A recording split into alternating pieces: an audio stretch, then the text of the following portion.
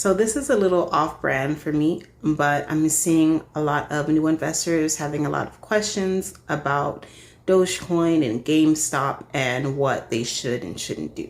So some of these comments that I am seeing are, will it make you rich? So the point in investing, in my opinion, is to not make you rich overnight. So you want to think long-term and incremental wealth. So you want to use stocks that you invest in for long-term to increase your wealth over time. You don't want to think overnight. So day trading and long-term investing are two different things. Day trading happens a lot quicker in regards to when you buy and sell a stock.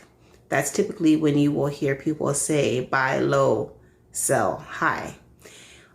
So if you are a new investor, I highly encourage that you research the differences between the two and also only invest the amount of money in a stock that you are willing to lose.